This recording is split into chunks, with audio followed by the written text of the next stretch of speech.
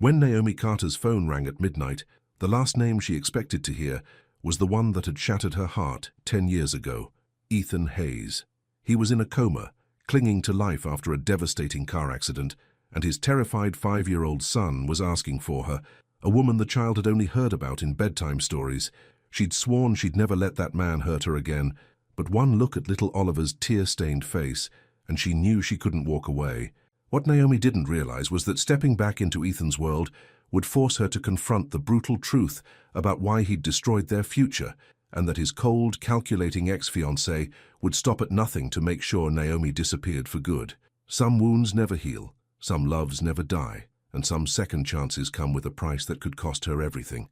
Subscribe and drop a comment telling me if you've ever had to choose between protecting your heart and saving someone you once loved, because this story is about to take a turn nobody saw coming. The rain came down hard that Tuesday night. Fat drops hammered against the windshield as Ethan Hayes gripped the steering wheel tighter than he needed to. His phone buzzed again in the cup holder. Claire's name lit up the screen for the third time in 10 minutes. He shouldn't answer. He knew he shouldn't, but his hand reached for it anyway. "What?" His voice came out sharper than glass. "Don't you what me, Ethan?" Claire's voice dripped with that familiar mix of honey and venom. "We need to talk about Oliver's birthday party. I already ordered the—" "We're not doing this again." Ethan pressed his foot harder on the gas. The Mercedes surged forward through the rain. "You're not his mother.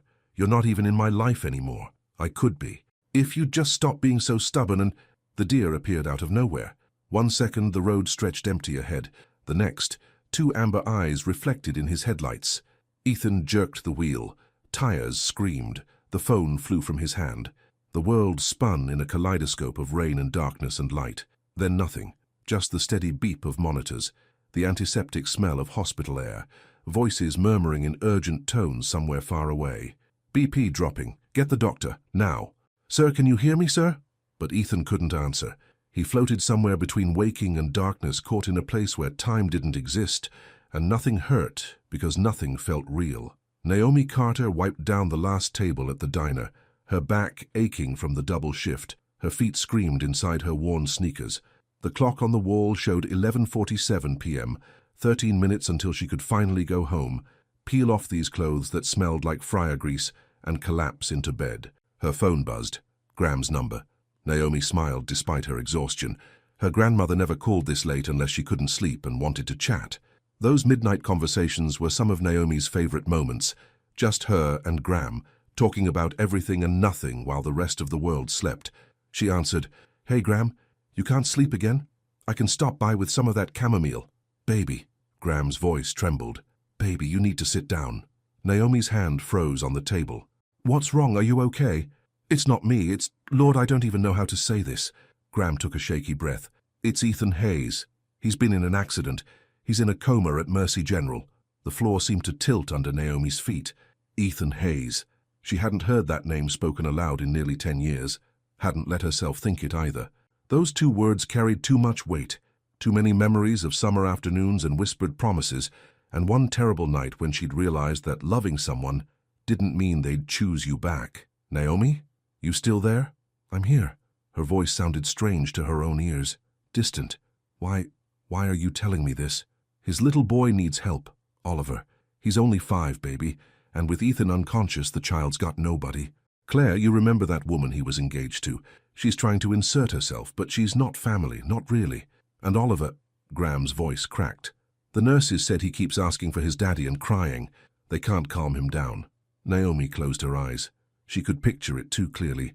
A scared little boy in a cold hospital, reaching for comfort that wouldn't come. "Someone mentioned your name," Graham continued.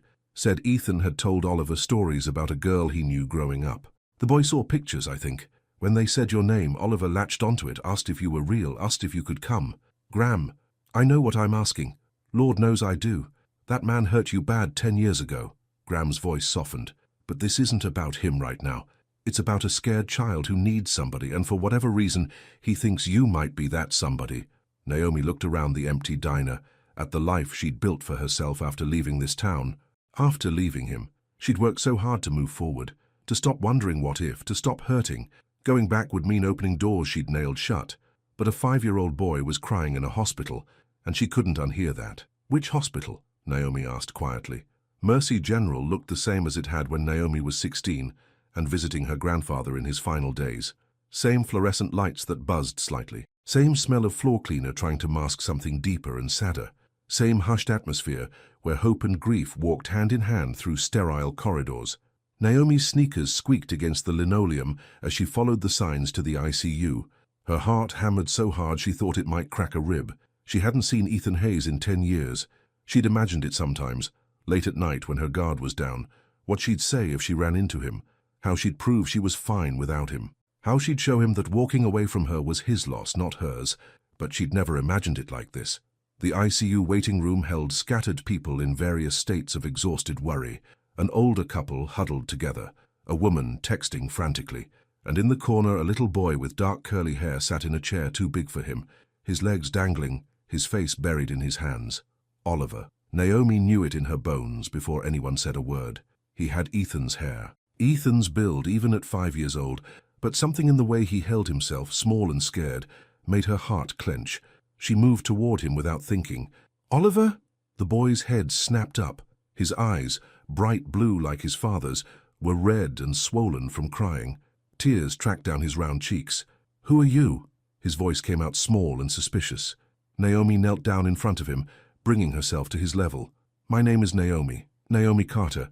I think you might have been asking about me." Oliver's eyes went wide. "You're real?" "I'm real." Naomi smiled, even though her throat felt tight. "Why wouldn't I be real? Daddy tells me stories about you sometimes, about when he was little. But I thought—" Oliver's bottom lip trembled. "I thought maybe you were like the characters in books, like made up." Something warm and painful bloomed in Naomi's chest. Ethan told his son stories about her, even after all these years, even after everything. "I'm not made up," she said softly. "I'm right here." Oliver stared at her for a long moment. Then he slid off the chair and wrapped his arms around her neck. The hug was desperate and tight and full of a fear that no 5-year-old should have to carry. Naomi held him close, blinking back tears. His small body shook against hers. "Is my daddy going to die?" Oliver whispered against her shoulder. "No, baby, no." Naomi pulled back just enough to look at him. "Your daddy is strong. He's fighting right now to get better. But he needs time. Can I see him? Soon.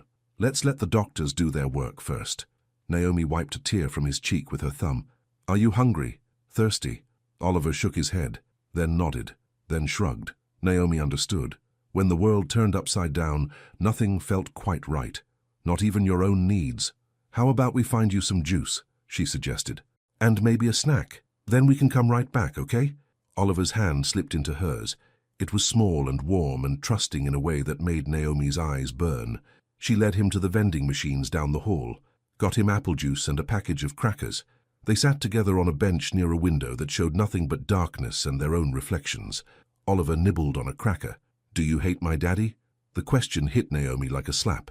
"What? No. Why would you think that? Claire said you probably hate him. She said people from the past always hate you." "Claire? Of course. The ex-fiancée who couldn't seem to let go." "Claire doesn't know me," Naomi said carefully. "Your daddy and I were friends a long time ago. Really good friends, and no, I don't hate him." It was true, she realized. Somewhere along the way, the sharp edge of her anger had worn down to something softer, something that hurt in a different way. "Will you stay?" Oliver looked up at her with those impossibly blue eyes. "Please, just for a little while. I don't want to be alone." Naomi thought about her apartment across town, about the life she'd built that had nothing to do with Ethan Hayes or this hospital, or the way her heart twisted every time Oliver looked at her like she might disappear. She thought about all the reasons she should say no, but Oliver's hand tightened around hers, and she knew she couldn't leave him. Not tonight. "I'll stay," she promised. Dawn crept through the waiting room windows like an apology, soft and pink and quiet. Naomi had dozed off in one of the uncomfortable plastic chairs, her head tilted at an angle that would make her neck scream later. Oliver slept curled against her side, his head on her lap, one small hand fisted in her shirt like he was afraid she'd vanish if he let go. The click of heels on linoleum woke her. A woman stood in the doorway, tall, blonde, dressed in expensive clothes that looked out of place in the harsh hospital light. She wore her beauty like armor, perfect and cold and untouchable. Claire. Naomi knew it before the woman opened her mouth. "So you're Naomi?" Claire's voice dripped with disdain. "The ghost from his past." Naomi carefully shifted Oliver's weight, trying not to wake him. "And you're Claire." "I'm his fiancée." "Ex-fiancée," Naomi corrected quietly. "From what I understand." Claire's perfectly made-up face tightened. "That's temporary. Ethan and I have history, we have an understanding. We were planning a future together before he got cold feet." "Then why isn't he with you?" The words came out before Naomi could stop them, sharp and pointed. Claire's eyes narrowed. "You don't belong here. You left him years ago. You don't get to waltz back in now and play savior just because he's vulnerable." "I'm not here for him." Naomi looked down at Oliver's sleeping face. "I'm here for this little boy who was scared and alone." "He doesn't need you. I can take care of him." "Can you?" Naomi met Claire's gaze steadily. "Because from what I heard, he doesn't even know you, and he's been through enough tonight without being handed off to a stranger." For a moment, something flickered across Claire's face, something almost like hurt, but it disappeared so fast Naomi might have imagined it. "This isn't over," Claire said coldly. Then she turned and walked away, heels clicking like gunshots.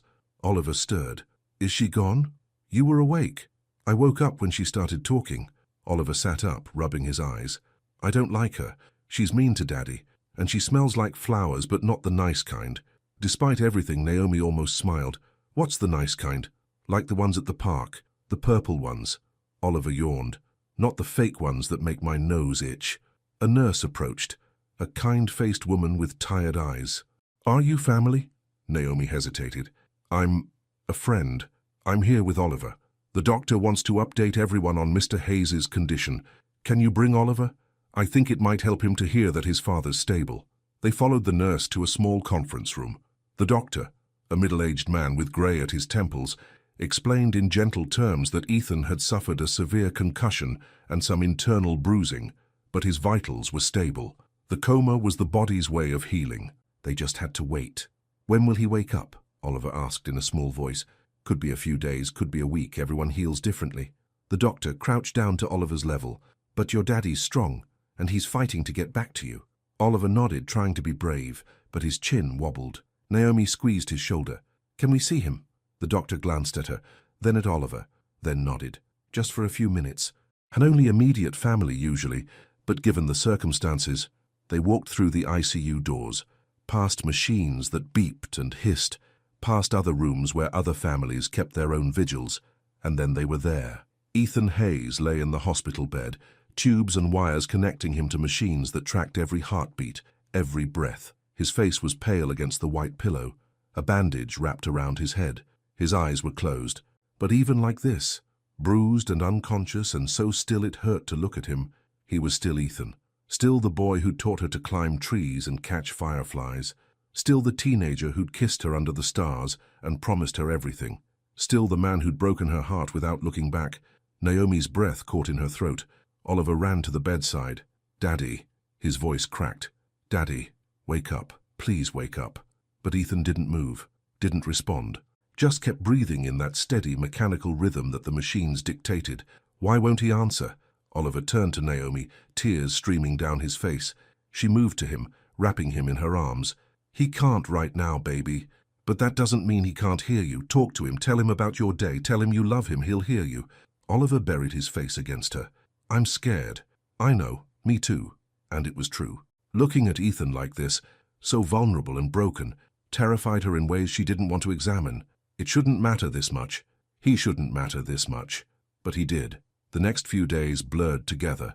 Naomi called in sick to work, spent her time in that uncomfortable chair in the ICU waiting room, or at Ethan's bedside with Oliver. They developed a routine: breakfast from the cafeteria, time with Ethan, coloring books and quiet games in the waiting room, more time with Ethan, dinner, and then Naomi would tuck Oliver into the small cot the nurses had set up for him. At night, after Oliver fell asleep, Naomi would sit at Ethan's bedside alone. She didn't know why, didn't want to think too hard about it.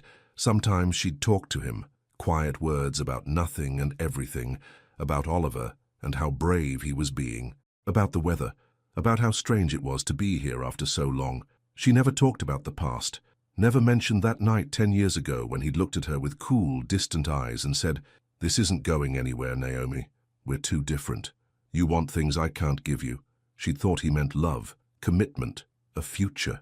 Later, she'd realized he meant something else entirely. He'd meant she wasn't good enough for his world, for his family's expectations, for the life he'd been groomed to live. She'd left town 2 weeks later, started over, built a new life that didn't include Ethan Hayes or the memory of his rejection, and now here she was, back in his orbit like she'd never left. On the 4th day, something changed. Naomi sat beside Ethan's bed, reading to Oliver from a picture book about dragons. Oliver sat on her lap, pointing at the illustrations and asking questions. "Why's the dragon sad?" Oliver asked. "Because he's lonely. He wants a friend, but—" Ethan's fingers twitched. Naomi's breath caught. "Oliver, look." They both stared at Ethan's hand. For a moment, nothing happened. Then his eyes moved beneath their lids, rapid like he was dreaming or fighting his way back. "Get the nurse," Naomi whispered. Oliver scrambled off her lap and ran to the door. "Nurse! Nurse! My daddy moved!" The room filled with people. Doctors and nurses checking monitors, shining lights in Ethan's eyes, speaking in rapid medical terminology that Naomi didn't understand. She pulled Oliver back against her, giving them room to work. Her heart hammered in her chest. "Come on, Ethan, wake up, come back." And then, like a prayer answered, his eyes opened. They were unfocused at first, confused. He blinked against the harsh lights, his face scrunching in discomfort. "Mr. Hayes, can you hear me?" The doctor leaned into his field of vision. Ethan's lips moved. No sound came out. He tried again. "Where? You're in the hospital. You were in a car accident. Do you remember?" Ethan's eyes moved around the room, past the doctor, past the nurses, landing on Naomi like a magnet finding north. His expression shifted. Confusion gave way to shock. Then something else. Something Naomi couldn't name. "Naomi?" His voice was rough, broken. "You're here." It wasn't a question, just a statement of impossible fact. "I'm here," she confirmed softly. "Why?" He looked genuinely baffled. I thought you hated me." Oliver wriggled free from Naomi's arms and rushed to the bedside. "Daddy, you're awake. You came back." Ethan's attention shifted to his son. His face softened with a love so fierce it hurt to witness. "Hey, buddy. I'm okay. I'm right here." Naomi stayed with me. Oliver grabbed Ethan's hand. She promised she wouldn't leave. "She kept me safe." Ethan's gaze returned to Naomi. Something raw and complicated moved across his face. You stayed with him?" "Of course I did." Naomi's voice came out steadier than she felt. "He needed someone." The doctor interrupted their moment. "Mr. Hayes, I need to run some tests. Make sure everything's functioning properly. Why don't we give you a few minutes with your son, then we'll have to ask everyone to step out." Naomi moved toward the door, but Ethan's voice stopped her. "Naomi." She turned back. "Thank you." The words sounded scraped raw, honest in a way she hadn't heard from him in years. "For Oliver, for being here. Thank you." She nodded, not trusting herself to speak, and slipped out into the hallway. Her hands shook, her heart raced. She leaned against the wall and tried to catch her breath. He was awake. He was going to be okay, which meant her job here was done. She could leave, should leave, go back to her life, and let Ethan rebuild his. But even as she thought it, she knew it wasn't that simple, because Oliver's face when Ethan woke up, that pure joy and relief, had branded itself onto her heart. And the way Ethan had looked at her, like seeing her was both the last thing he expected and the first thing he needed, had cracked something open inside her that she'd thought was sealed shut forever. This wasn't over. It was just beginning. 2 days later, Ethan was clear-headed enough to be difficult. "I don't need your pity," he snapped at Naomi when she brought Oliver in for a visit. His voice was stronger now, his eyes clearer, and apparently consciousness had brought back all his pride. Naomi set down the bag of clean clothes she'd brought for Oliver. "Good thing I'm not offering any." "Then why are you still here?" The question hit harder than it should have. "I'm here for Oliver. He has me. You can barely stand without help." Naomi kept her voice level. "The doctor said you need at least 2 more weeks before you can manage stairs. And Oliver needs—" "Don't." Ethan's jaw clenched. "Don't tell me what my son needs." Oliver, who'd been quietly playing with toy cars on the floor, looked up. His face crumpled. "Daddy, why are you being mean?" Ethan's expression shifted. "I'm not being mean, buddy. I'm just talking to Naomi." "It sounds mean." Oliver's voice got small. "Like when you and Claire used to fight." Something painful crossed Ethan's face. "That's different. Is Naomi leaving?" Oliver stood up, abandoning his toys. You're making her leave like you made Claire leave. Claire and I... Ethan stopped himself, took a breath. It's complicated. I don't want Naomi to leave. Oliver's eyes filled with tears. She's nice. She reads to me and doesn't get mad when I ask questions, and she stays when she says she will. Please don't make her go. Naomi's heart cracked clean in half. Ethan looked at his son, then at Naomi, then at the floor like it might have answers. Oliver, Naomi said gently, come here for a second. Oliver came to her, and she knelt down to his level. I need to talk to your daddy about some grown-up stuff, okay? Can you wait with the nice nurse at the desk? She has some stickers I think you'd like. Oliver nodded reluctantly. Naomi walked him to the nurse's station, made sure he was settled, then returned to Ethan's room. She closed the door behind her. What game are you playing? Ethan asked before she could speak. His voice was cold, guarded. Swooping in to play hero, trying to make yourself necessary? Naomi stared at him, at this man who'd once meant everything to her, who'd taught her that wanting something didn't mean you'd get to keep it. You think that's what this is? She kept her voice quiet, controlled. You think I want to be here? That I enjoy watching your son cry himself to sleep every night because he's terrified you're going to die? That I love sleeping in plastic chairs and eating vending machine food and putting my entire life on hold? Then why are you here? Because Oliver asked me to stay. The words burst out of her. Because a scared 5-year-old boy who'd heard stories about me thought maybe I could help, and I couldn't say no to that. I couldn't walk away from a child who needed someone, even if that child is mine. Yes, Ethan, even then. Naomi crossed her arms. Believe it or not everything is about you and me and what happened 10 years ago. Isn't it? Ethan's eyes bored into hers. You expect me to believe you just happened to show up out of the goodness of your heart, that you don't have an agenda? The only agenda I have is keeping your son from falling apart while you heal. Naomi felt her patience fraying. But clearly you're feeling well enough to be an ass, which means you can handle things from here. I'll tell Oliver goodbye and get out of your way. She turned toward the door. Wait. She stopped but didn't turn around. Ethan's voice lost some of its edge. The doctor said Oliver needs stability. That all this, the accident, the hospital, the disruption, it's hard on kids. They recommended someone consistent to help with his routine while I recover. Naomi turned slowly. And apparently Claire terrifies him. My parents are overseas and can't get back for another week. I don't have anyone else. The words seemed to cost him. The doctor suggested you, since you've already been here, since Oliver's comfortable with you. So now you need me. I need someone for my son. Ethan's voice hardened again. Don't make this about us. Naomi laughed, but there was no humor in it. You're the one making it about us, Ethan. I've been here almost a week, and this is the first time you've bothered to see past your own pride long enough to realize that maybe, just maybe, I'm here for the right reasons. Silence stretched between them. The machines beeped. The hospital hummed with its endless activity. Finally, Ethan looked at her, really looked at her, and for just a second, she saw past the pride and the defensiveness to something that looked almost like fear. How long? He asked quietly. How long what? How long would you stay if I asked? Naomi thought about her life, her job, her apartment, the carefully constructed world she'd built that had nothing to do with Ethan Hayes. Then she thought about Oliver's face when he woke up from nightmares, about his small hand in hers, about the way he looked at her like she was safe. Until you don't need me anymore, she said. Ethan nodded once. Okay. They stared at each other across the sterile hospital room. So much history between them, so much hurt. And now this fragile, temporary alliance built on a 5-year-old's needs and Ethan's grudging acceptance. It wasn't forgiveness, wasn't even close to reconciliation, but it was something, and for now, something would have to be enough. Discharge day came with a mix of relief and dread.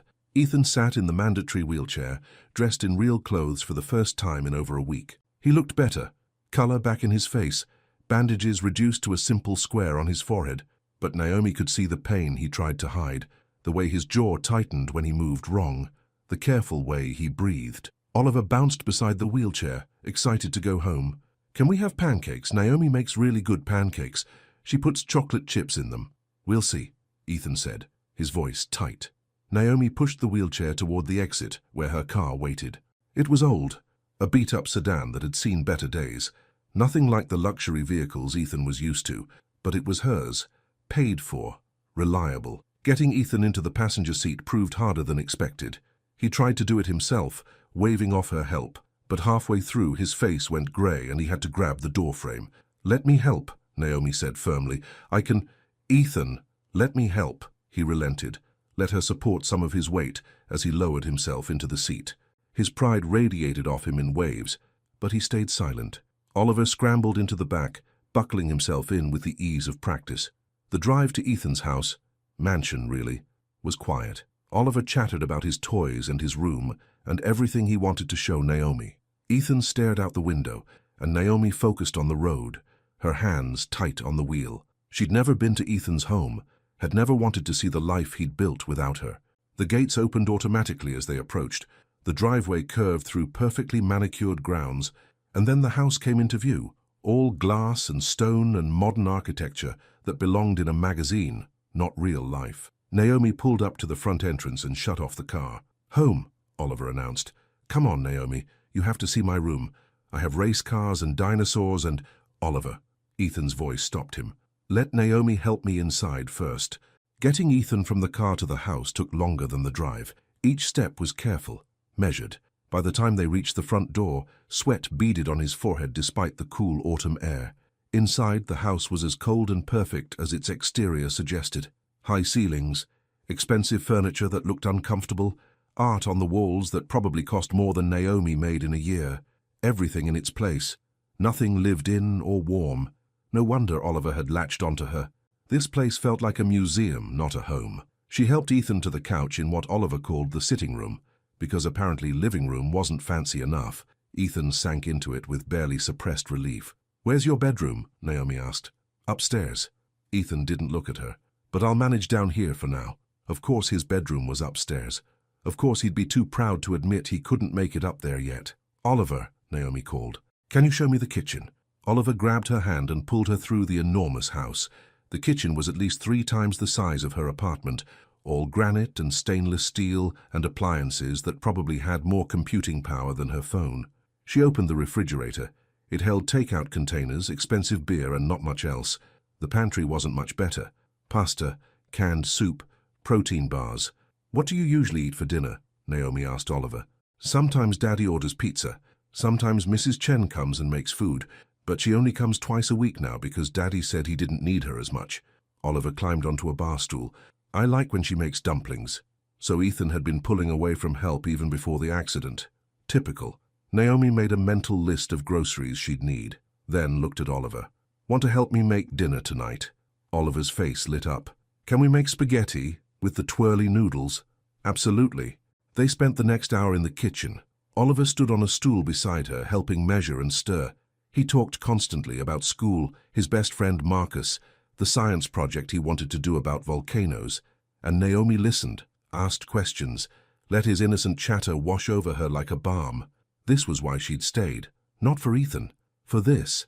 For Oliver's laughter and enthusiasm, and the way he looked at her like she hung the moon just by paying attention to him. When dinner was ready, she called Ethan to the table. He appeared in the doorway, moving stiffly. His eyes swept over the kitchen, over the pot on the stove, the salad she'd made. Oliver sitting at the table with a smile that hadn't been there before the accident. "I can eat in the other room," Ethan said. "You don't have to—" "Sit," Naomi said. It wasn't a suggestion.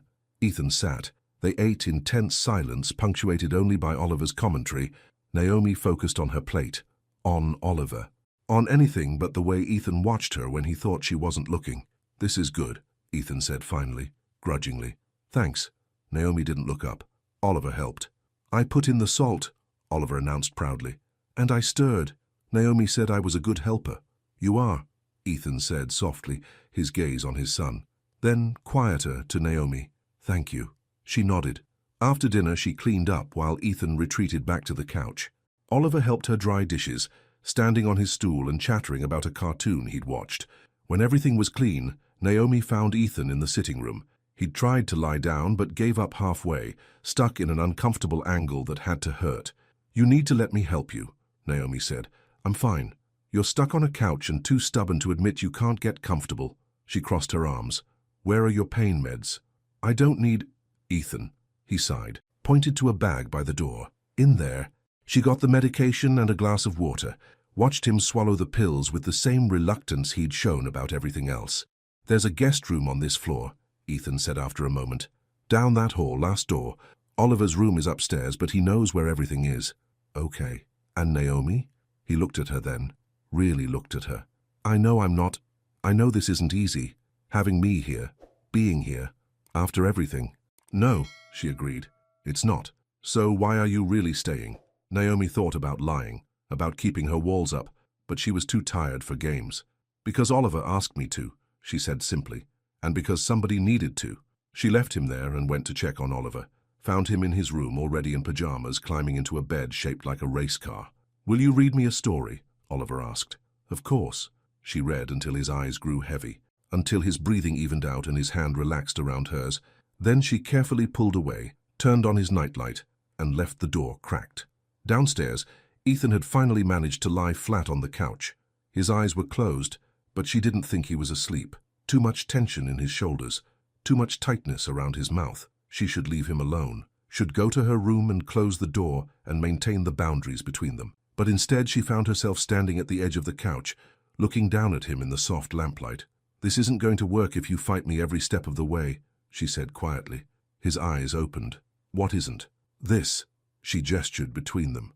Us trying to take care of Oliver while you act like my help is an insult. It's not an insult, Ethan said slowly. It's complicated. Everything with you is complicated. And everything with you is black and white, right and wrong. No middle ground. Naomi felt something hot and sharp rise in her chest.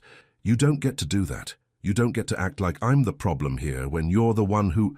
She stopped herself, swallowed the rest of the words. What?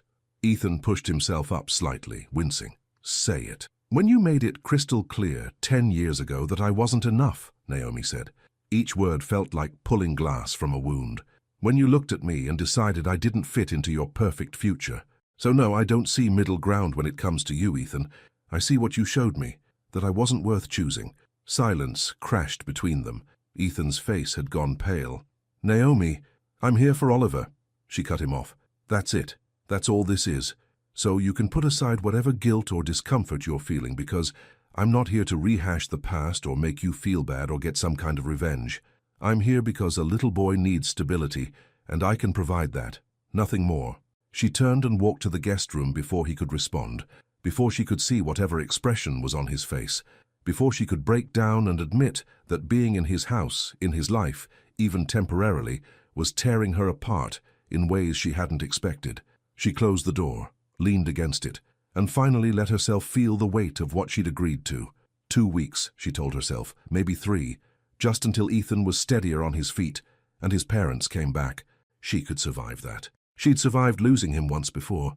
She could survive being near him now, even if every moment in this house reminded her of everything she'd wanted and never got to keep. Morning came too early. Naomi woke to the sound of footsteps overhead. Oliver, probably. She checked her phone, 6:30.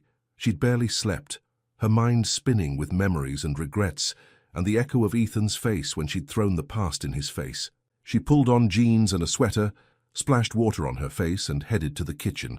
Oliver was already there, standing on his stool at the counter, trying to reach the cereal on a high shelf. His pajamas had dinosaurs on them, his hair stuck up in 3 different directions. Morning, sweetheart, Naomi said. Need some help? Oliver spun around, nearly falling off the stool. Naomi caught him. I was trying to be quiet. I didn't want to wake you. I was already awake. She lifted him down. What do you want for breakfast? Can we have pancakes again with the chocolate chips? Naomi smiled despite her exhaustion. Sure, but let's make them together, okay? And keep our voices down so your daddy can sleep. They worked side by side in the enormous kitchen. Oliver cracked eggs, getting more shell in the bowl than Naomi would have liked, but she fished them out without comment. He measured flour with intense concentration, his tongue poking out between his teeth. And when the first pancake hit the griddle, he watched it like it might perform magic. My mama used to make pancakes, Oliver said quietly. Naomi's hands stilled. Yeah? I don't remember her much. She died when I was really little. Oliver traced a pattern on the counter with his finger. But Daddy said she made pancakes on Saturdays, the regular kind, not with chocolate chips. I bet they were delicious. Do you think she'd be sad that I like your pancakes better? The question hit Naomi square in the chest. Oh, baby, no. I think she'd be happy you have someone to make you pancakes, and I think she'd want you to enjoy them, No matter who made them. Oliver nodded slowly. Claire said I shouldn't talk about Mama because it makes Daddy sad. Of course Claire had said that. Naomi flipped the pancake harder than necessary. Well, I think talking about people we love, even when they're gone, is important. It keeps them alive in here. She tapped his chest over his heart. Your Mama will always be part of you. That's not sad. That's beautiful. Oliver looked at her with those serious blue eyes. You're really nice, Naomi. You're pretty great yourself, kid. They ate pancakes at the kitchen island, Oliver's legs swinging as he drowned his stack in syrup. The house felt less cold in the morning light. Less like a museum, almost like a place where people actually lived. What do you usually do on Saturdays? Naomi asked. Sometimes Daddy works. Sometimes we watch movies. Sometimes we go to the park, but only if Daddy's not too busy. Oliver shrugged. Mostly I play in my room, alone. The word hung unspoken between them. Naomi made a decision. How about we go to the park today? Get some fresh air. Oliver's face lit up. Really? Can we go to the one with the big swings? And the slide that's really fast? If your daddy says it's okay. They found Ethan awake on the couch, looking rumpled and uncomfortable. He'd clearly slept in his clothes. His hair stuck up on one side. Dark circles shadowed his eyes. Morning, Naomi said carefully. After last night, she wasn't sure where they stood. Ethan's gaze moved from her to Oliver. Morning. We made pancakes, Oliver announced. I helped. And Naomi said if you say yes, we can go to the park. The good one, please, Daddy, please. Ethan looked at Naomi. The park? Fresh air. Exercise. Normal kid stuff. She kept her voice neutral. Unless you need me here. Daddy doesn't need anything, Oliver said confidently. He's getting better. Right, Daddy. Right. Ethan's voice was rough. The park sounds... That sounds good. Yes! Oliver pumped his fist. I'm gonna get dressed. He thundered up the stairs, leaving Naomi and Ethan alone in the awkward morning silence. There's coffee, Naomi offered, and pancakes if you want them. Thank you. She brought him coffee and a plate, watched him eat a few bites before speaking. About last night. Don't. Ethan set down his fork. You were right. I was being defensive and unfair. Naomi blinked. She hadn't expected that. Ethan rubbed his face. Having you here is harder than I thought it would be. Not because you're doing anything wrong, because you're not. You're good with Oliver. Better than I've been lately. And that makes me feel like you're failing, Naomi guessed quietly. Like I already failed. Long before the accident. Ethan looked at her then. He's lonely, Naomi. My son is lonely in this huge house with me. And I didn't even see it until you showed up and he came alive again. The honesty in his voice surprised her. Softened something in her chest that she didn't want. Softened. You're not failing, she said. You're healing. There's a difference. Is there? Yes. She sat down across from him. Ethan, you almost died. You're allowed to need help. You're allowed to not be perfect. I don't know how to not be perfect. The admission came out bitter. My father made sure of that. Naomi remembered Ethan's father. Cold, demanding. The kind of man who measured worth in dollars and achievements. No wonder Ethan had grown up thinking love had to be earned. Well, she said gently, maybe it's time to learn. The park was crowded with families. Kids shrieked on the playground. Dogs barked. The autumn sun felt warm and kind. Oliver ran straight for the swings. Push me, Naomi, push me high. She pushed him, laughing as he kicked his legs and demanded to go higher, higher. So high he could touch the sky. Around them, other families played. Moms and dads chasing toddlers. Older kids playing tag. Couples walking hand in hand. Naomi tried not to think about how it looked. Her and Ethan and Oliver. Like a family. Like something she'd wanted so badly once upon a time. Ethan sat on a bench nearby, watching. He moved carefully, like everything still hurt, but his eyes tracked Oliver with fierce attention, making sure he was safe, happy. After the swings, Oliver discovered a group of kids building a fort in the sandbox. He looked at Naomi uncertainly. Go ahead, she encouraged. Make some friends. He ran off, diving into the project with instant enthusiasm. Naomi sat down next to Ethan, left space between them. Safe distance. He needs this, Ethan said after a moment. Other kids, normal experiences. I keep him too isolated. You protect him, that's not wrong, isn't it? Ethan watched Oliver laughing with the other children. His mom died. I fell apart. And instead of giving him stability, I threw myself into work and let him grow up in that empty house with barely anyone around. You're being too hard on yourself. Am I? Ethan turned to look at her. Be honest, Naomi. When you walked into that house yesterday, what did you think? She wanted to lie, to soften it, but he'd asked for honesty. I thought it was cold, she admitted. Beautiful, but cold, like nobody really lived there. Ethan nodded slowly. That's because nobody does. Not really. I bought it after Sarah died. Thought a fresh start would help, but I built another cage, a prettier one, but still a cage. Who's it keeping in? Oliver or you? The question seemed to hit him. He didn't answer. Oliver ran over, panting and grinning. Did you see? We built a castle and I made a moat. Can I play more? Of course, Ethan said. We've got time. Oliver hugged him, careful of his injuries, then ran back to his new friends. He's going to sleep well tonight, Naomi observed. Good. Ethan leaned back, tilting his face to the sun. He hasn't been sleeping much. Nightmares since the accident. He's scared, but it'll get better. Kids are resilient. How do you know so much about kids? Naomi shrugged. I work at a diner. You learn a lot watching families come through. And I help out at my church sometimes. Sunday school, youth group stuff. You go to church? When I can. She glanced at him. Does that surprise you? A little. You never used to. A lot has changed in 10 years, Ethan. The words hung between them, heavy with everything they'd lost, everything they'd become separately. Yeah, Ethan said quietly. I guess it has. They sat in silence watching Oliver play. The sun warmed Naomi's shoulders. Somewhere, an ice cream truck played its tinny music, a perfect fall day. And for just a moment, Naomi let herself forget about the past, about the hurt, about all the reasons being here was dangerous for her heart. She just sat in the sunshine next to a man she used to love and watched a little boy be happy. It was enough. That night, after Oliver was asleep, Naomi found Ethan in his study. The room suited him. Dark wood, leather furniture, books lining the walls, a massive desk covered in papers. It smelled like expensive cologne and old paper. He looked up when she knocked on the open door. Hey. She hesitated in the doorway. I was going to make some tea. Want some? Sure, yeah. She made 2 mugs in the kitchen, then returned to the study, handed him one and settled into the chair across from his desk. This is a beautiful room, she said. It was the one thing I insisted on when I bought the house. Somewhere that felt like mine. Ethan sipped his tea. Sarah used to joke that I loved this room more than any other part of the house. It was the first time he'd mentioned his wife's name directly. Tell me about her, Naomi said, if you want to. Ethan looked surprised. You want to know about Sarah? Oliver mentioned her this morning, and I think it would help me understand, help me know what to say if he asks questions. Ethan nodded slowly, set down his mug. Sarah was good, really good, patient, kind. She laughed at my terrible jokes.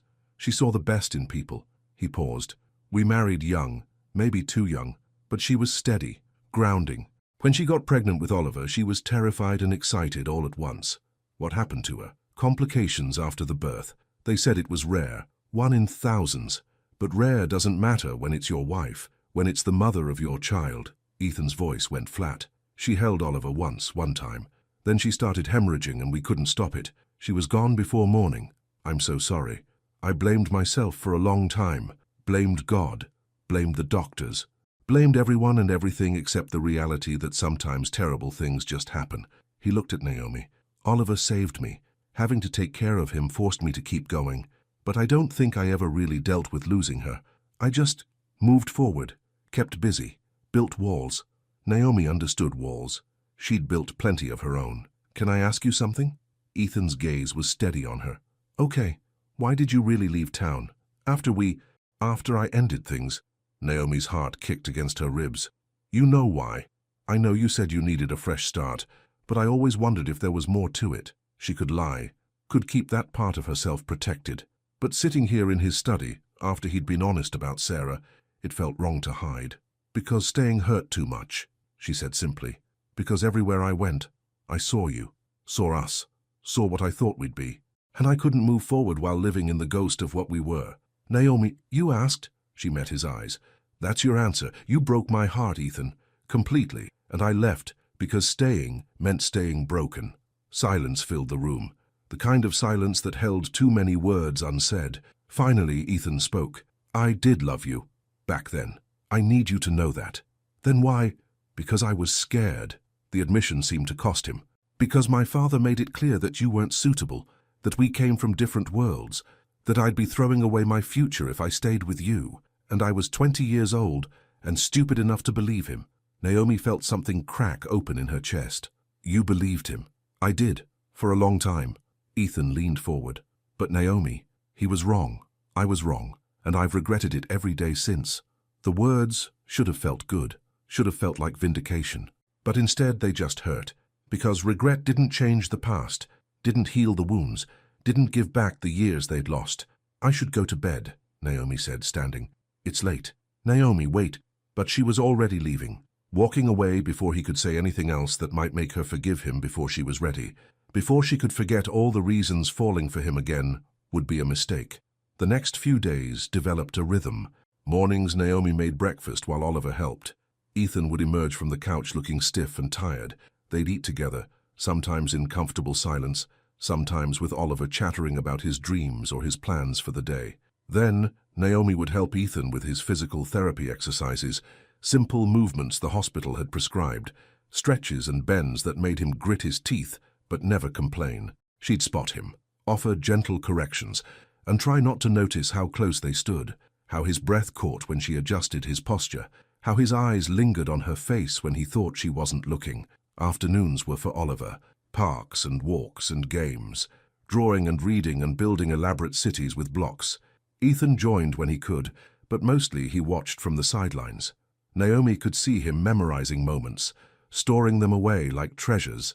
Evenings they cooked together, all three of them crowded in the enormous kitchen that somehow felt smaller when they filled it with laughter and flour-dusted counters and Oliver's endless questions.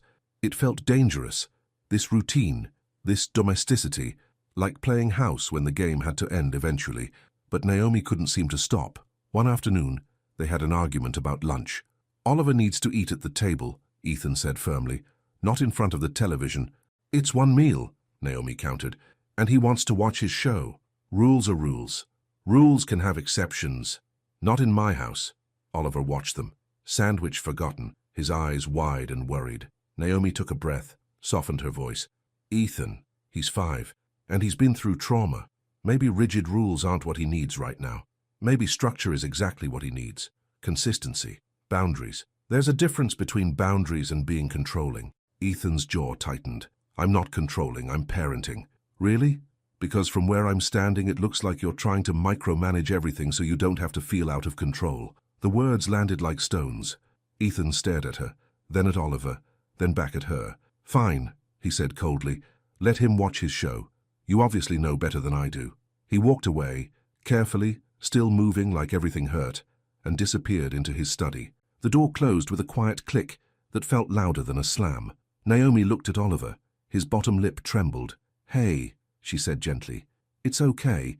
Your dad and I just disagreed about something. Adults do that sometimes. Are you going to leave?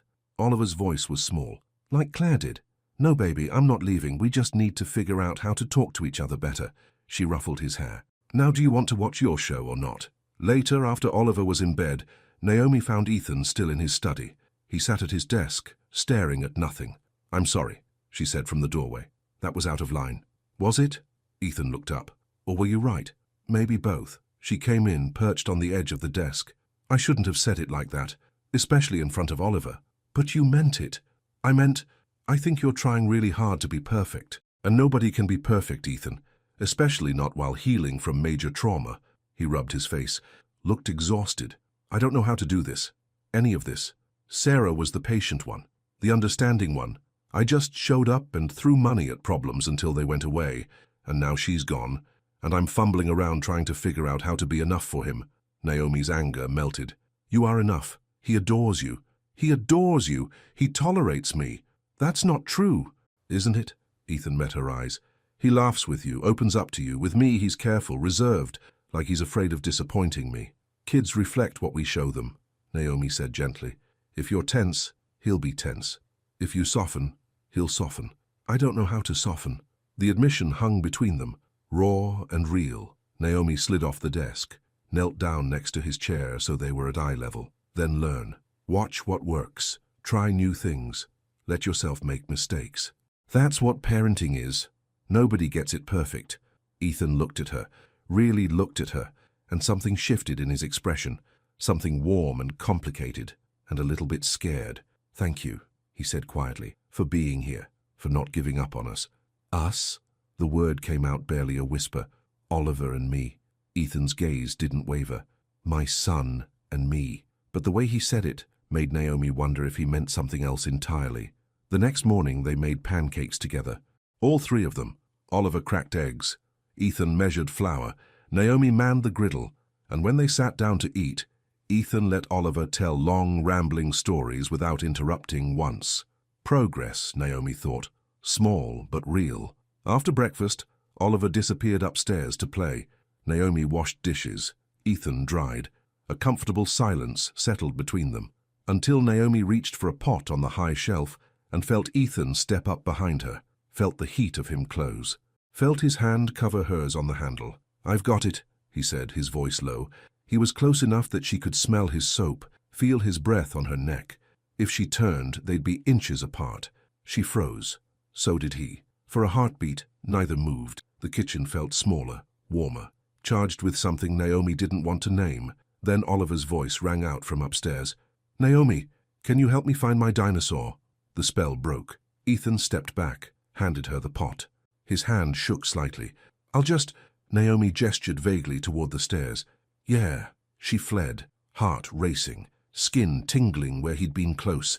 This was getting complicated, more complicated than she could handle. That afternoon, while Oliver napped, Naomi explored Ethan's study. He'd given her permission to read whatever she wanted. The books were mostly business texts and classics, nothing personal, until she pulled out a worn copy of The Great Gatsby, and a photograph fell out. She picked it up, and her breath caught. It was them, her and Ethan, teenagers, standing under an oak tree, his arm around her shoulders, her head tilted against him, both smiling like they knew a secret the rest of the world didn't. She remembered that day, the county fair, the Ferris wheel, the way he'd kissed her at the top while the world spread out below them. She'd thought that photograph was lost, thrown away, forgotten, but here it was, hidden in a book, kept safe. "I couldn't get rid of it," Naomi spun. Ethan stood in the doorway. He'd showered, changed, looked more like himself than he had since the accident. "You kept it," she said. "I kept a lot of things." He came into the room. "That picture, letters you wrote me, a ticket stub from the movie where we had our first kiss." He paused. "I know I said I moved on, that I built a life without you, but I never really let go. Ethan, I'm not saying this to make you uncomfortable or to manipulate you. I need you to know. You weren't forgettable, Naomi, not then, not now." The photograph trembled in her hands. "Then why did you let me go?" "Because I was stupid and scared, and I thought my father knew better than my heart." Ethan moved closer. "But he didn't. And I've spent 10 years paying for that mistake. I don't know what you want me to say. I don't want you to say anything." His voice dropped. "I just want you to know that I see you, that I've always seen you.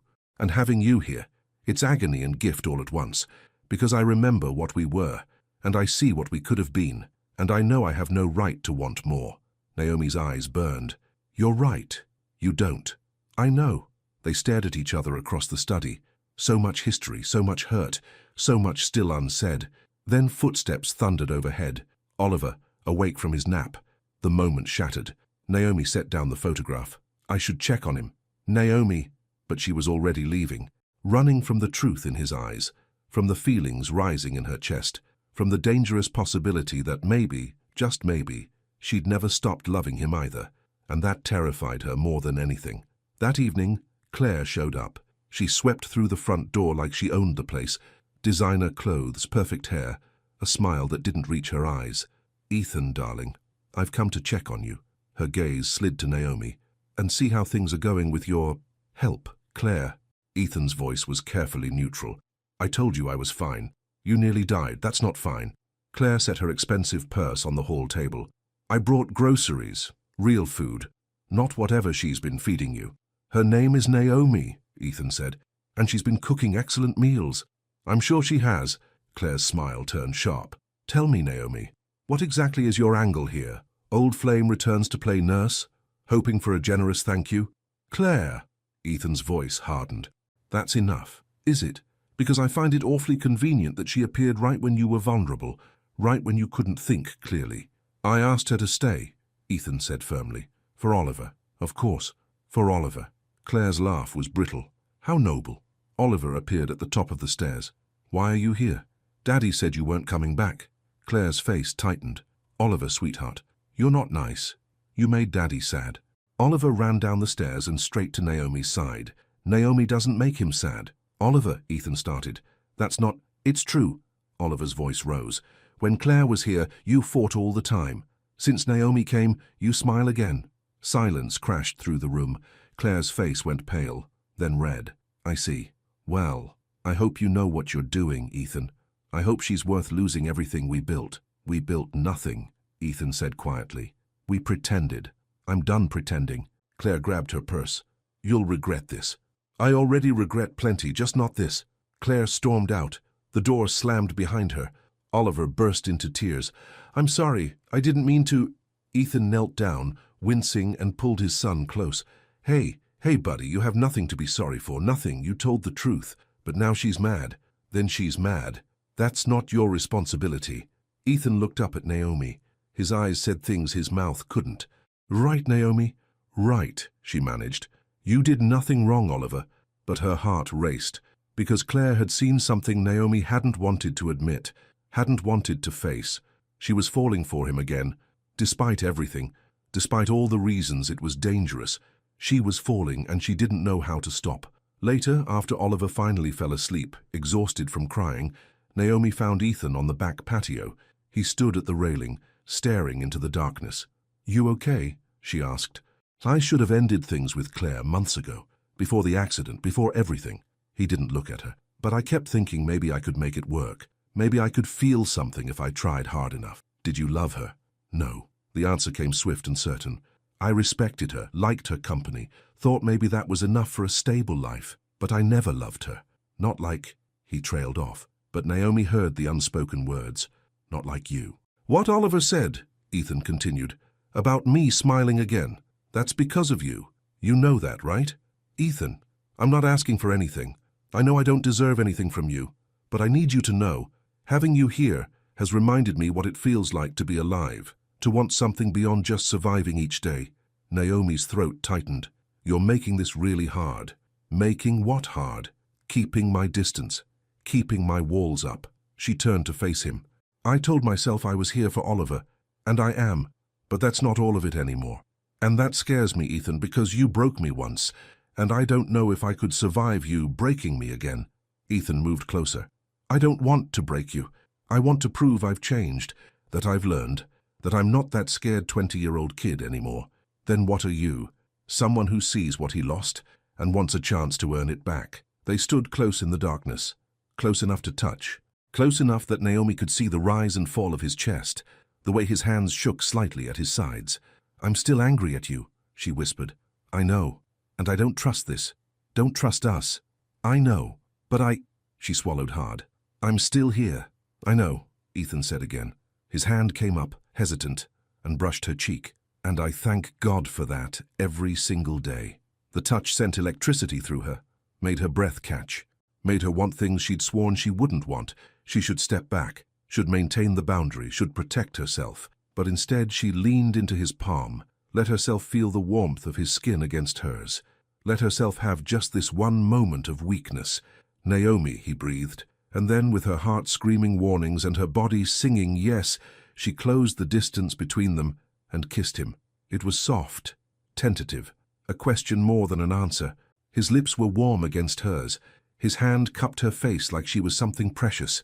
And for a moment, one perfect, dangerous moment, everything else fell away. When they pulled apart, both breathing hard, Naomi's mind raced. What had she done? What had they done? I should go to bed, she said, her voice unsteady. Naomi, wait. But she was already moving, already running, because that kiss had changed everything, had opened a door she'd fought so hard to keep closed, and she had no idea what came next. The following days were strange, careful, like they were both walking on glass. They didn't talk about the kiss, didn't acknowledge it, but it hung between them in every glance, every accidental touch, every moment alone. Oliver seemed happier. He laughed more, played more freely, like the stress in the house had lifted even if new tension had taken its place. They took him to the zoo, watched him marvel at lions and elephants and penguins.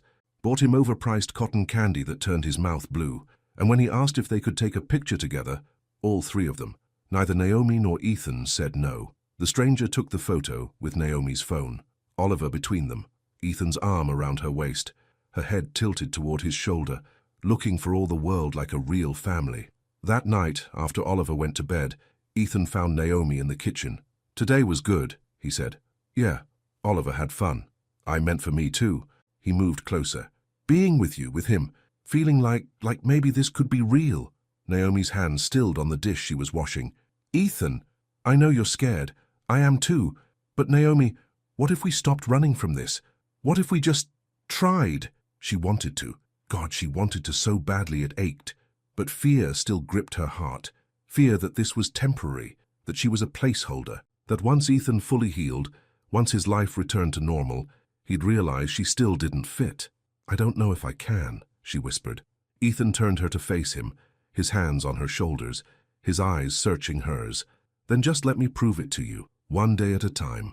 Let me show you I'm not that kid anymore, that I know what I want, and what I want is you."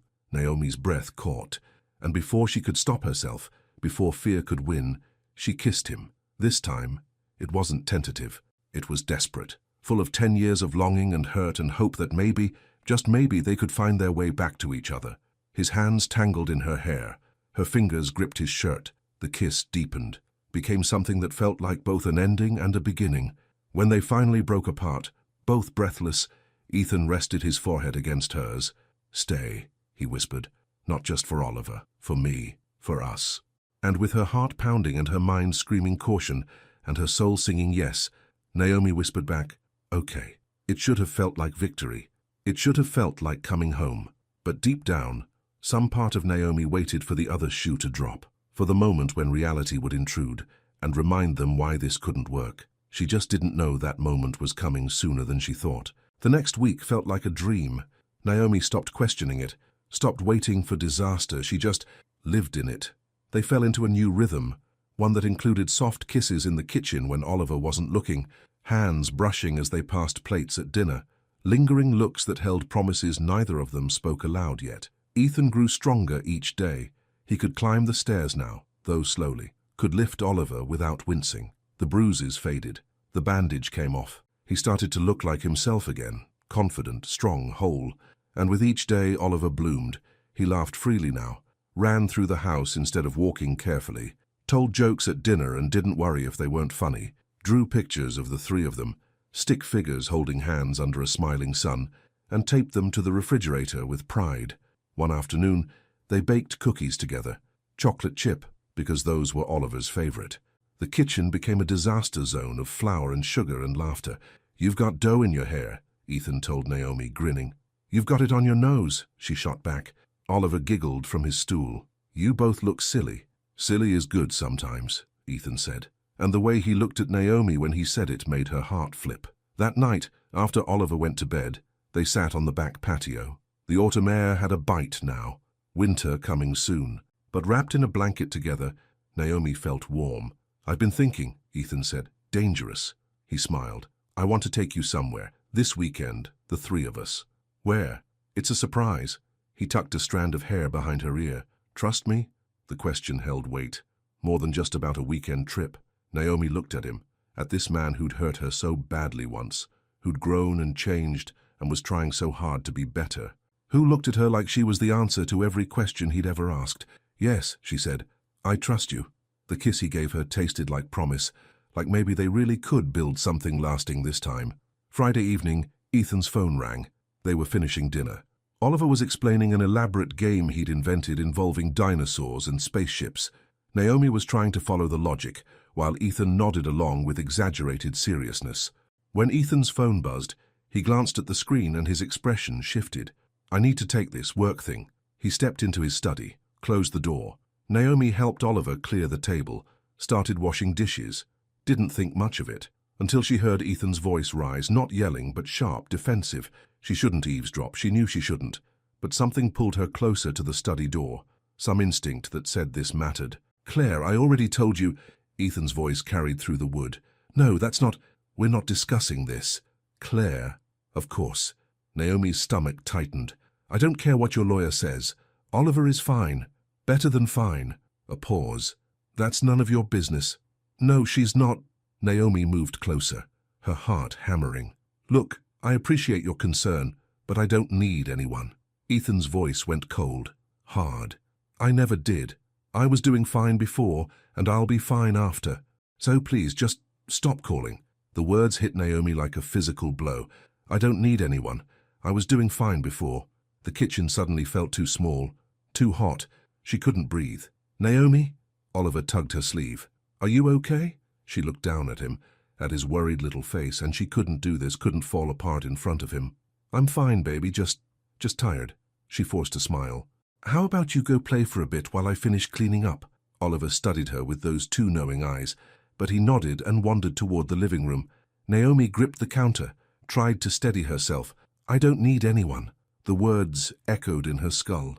Of course he didn't. She'd been fooling herself, playing house, pretending that a few weeks of domesticity meant anything real. But Ethan Hayes didn't need anyone. He'd made that clear 10 years ago. And apparently nothing had really changed. She'd just been convenient, a temporary solution to a temporary problem. The study door opened. Ethan emerged, running a hand through his hair. He looked tired, frustrated. Sorry about that, he said. Claire won't let go. She's threatening to... He stopped, looked at her. Naomi? What's wrong? Nothing. The lie tasted bitter. I'm just going to get Oliver ready for bed. Naomi... But she was already moving, already putting distance between them. Because if she stayed close, she'd break. And she couldn't break. Not here. Not now. She read Oliver 3 stories that night, tucked him in extra tight, kissed his forehead, and promised she'd be there in the morning. The lie burned her tongue. When she finally left his room, Ethan waited in the hallway. Talk to me, he said quietly. Please. There's nothing to talk about. You're upset. I'm tired. Naomi. He caught her arm gently. Don't shut me out. Not now. Not after... After what? The words came out sharper than she meant. After a few nice weeks? After some kisses? That doesn't change reality, Ethan. His face shifted, confused, hurt. What reality? She should let it go. Should go to bed and deal with this in the morning when her emotions weren't so raw. But the words came anyway. The reality that this isn't real, that I'm just filling a gap, playing a role until you don't need me anymore. That's not true, isn't it? She pulled away from him. You said it yourself. You don't need anyone. You never did. Understanding dawned in his eyes. You heard the phone call. I heard enough. Naomi, I was talking to Claire, trying to get her to back off. I didn't mean... It doesn't matter what you meant. Her voice cracked. It matters what's true. And the truth is, I've been lying to myself, thinking this time would be different, that you'd changed. But people don't change. Not really. You're still the same man who couldn't choose me 10 years ago. That's not fair. Fair? The word came out broken. You want to talk about fair? Fair would have been not getting my hopes up, not making me believe... She stopped, took a breath. I need to go to bed. Naomi, please, let me explain. There's nothing to explain. She looked at him, really looked at him, at the man she'd fallen for again, despite every warning. I'll stay until your parents get here, for Oliver. But after that, I'm done. She saw the impact of her words, saw him flinch like she'd struck him. You don't mean that. I do. She forced herself to meet his eyes. I really do. Then she walked to the guest room and closed the door, locked it, and finally let herself cry. She didn't sleep. How could she? Her mind spun in circles, replaying the phone call, the words, the cold dismissal in Ethan's voice. I don't need anyone. Maybe he'd meant it for Claire. Maybe he hadn't. But it didn't matter, because the words had reminded her of a fundamental truth. Ethan Hayes had learned to survive alone, had built walls so high that even when he wanted to let someone in, some part of him still stood guard. And Naomi couldn't do this again, couldn't love someone who kept part of themselves locked away, who said pretty words but couldn't fully open their heart. She'd done it once. It had nearly destroyed her. She wouldn't survive it twice. At 3 in the morning, she made her decision. She packed quietly. Just her few belongings, the clothes she'd brought, the book she'd been reading, her phone charger, everything fit in one small bag. She moved through the dark house like a ghost, past the living room where she'd read Oliver's stories, past the kitchen where they'd made pancakes and laughed, past Ethan's study where everything had fallen apart. She stopped at Oliver's door, opened it quietly. He slept curled around his stuffed dinosaur, his face peaceful, innocent, beautiful. Naomi's heart shattered. "I'm sorry," she whispered. "I'm so sorry, baby." She wanted to wake him, to explain, but what could she say? That she was leaving because she was a coward? Because loving his father hurt too much? Instead, she kissed her fingers and pressed them to his doorframe. A blessing, a goodbye. Then she left. The house was silent behind her. The early morning air bit at her face. Her car started with a rattle that sounded too loud. She didn't look back. If she looked back, she'd never leave. Ethan woke to screaming. He bolted upright, too fast, his body protesting, and ran toward Oliver's room. His son stood in the hallway, tears streaming down his face, clutching his dinosaur. "She's gone," Oliver sobbed. "Naomi's gone. Her stuff is gone. She left." The words hit Ethan like a truck. He ran to the guest room, threw open the door. Empty. The bed made. No trace of her except the faint scent of her shampoo. "No." The word came out broken. "No, no, no." He grabbed his phone, called her. It went to voicemail. "Naomi, please. Whatever you think you heard last night, it's not what you think. Please call me back. Please." Oliver clung to his leg. "You made her leave, like you made Claire leave. You always make everyone leave." The accusation stabbed straight through Ethan's chest. "Oliver, I didn't." "Yes, you did." Oliver's voice climbed higher. "She was happy here, we were happy, and you ruined it." Ethan sank to the floor, pulled his son close even as Oliver tried to fight him off. "I'm sorry, I'm so sorry, I didn't mean—" But what hadn't he meant? The words to Claire, the walls he'd kept up, the way he'd let Naomi believe she didn't matter? Oliver cried against his chest, great, heaving sobs that came from somewhere deep and broken, and Ethan held him and finally understood. He'd done it again, just like his father, just like he'd sworn he'd never do. He'd chosen pride over love, self-protection over vulnerability, the illusion of control over the messy reality of need.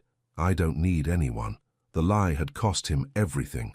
"We're going to fix this," Ethan said into Oliver's hair. "We're going to find her and fix this." "How?"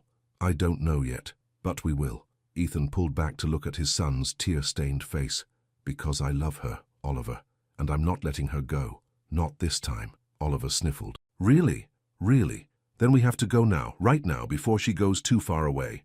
Ethan looked at his son, at this brave, beautiful boy who'd lost his mother and nearly lost his father and was now losing the woman who'd shown them both what family could mean.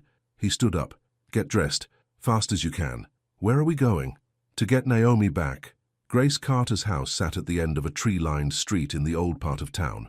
Small, neat, with a porch swing and flower boxes that somehow still bloomed in late autumn. Naomi's car sat in the driveway. Relief flooded through Ethan so strongly he nearly stumbled.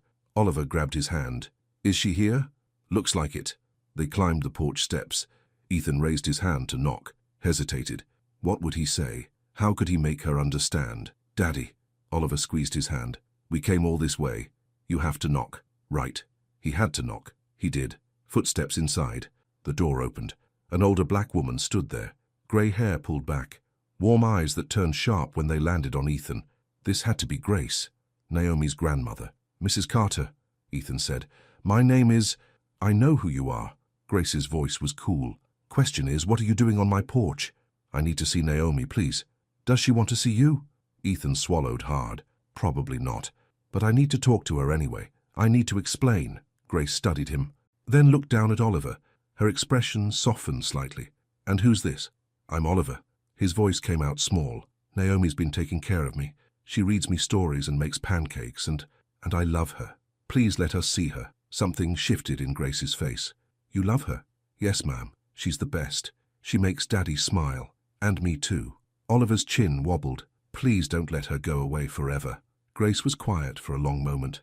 Then she sighed. "Come in. But if she tells you to leave, you leave. Understood?" "Yes, ma'am." They followed her inside. The house smelled like coffee and cinnamon. Photos lined the walls, family pictures spanning decades.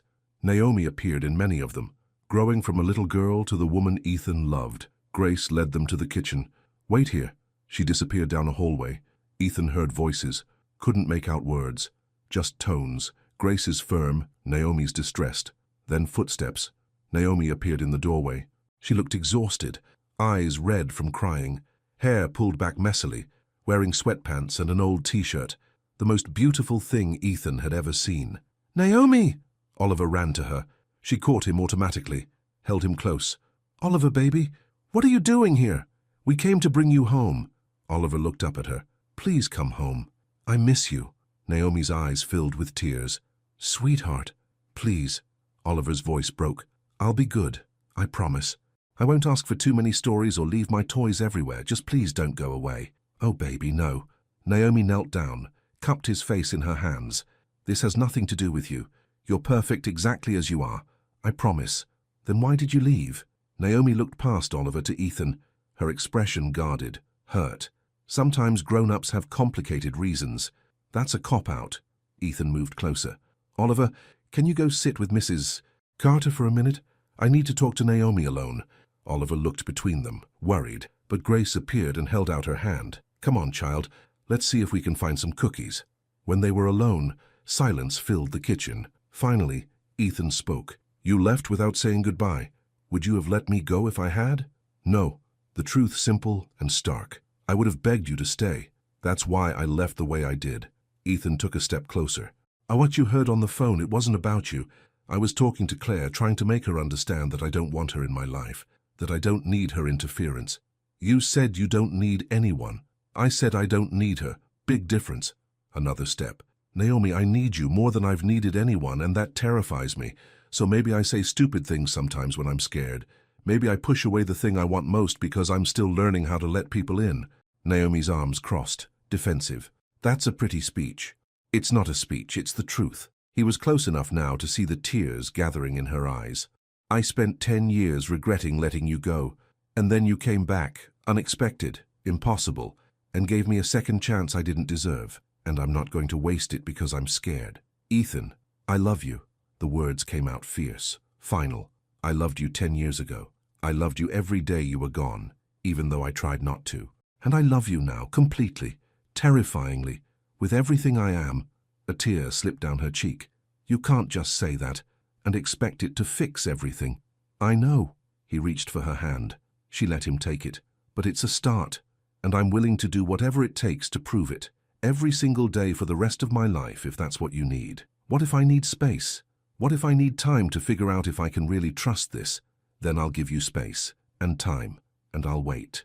His thumb traced circles on her palm. "But Naomi, while you're figuring that out, remember this. I chose you. I'm choosing you.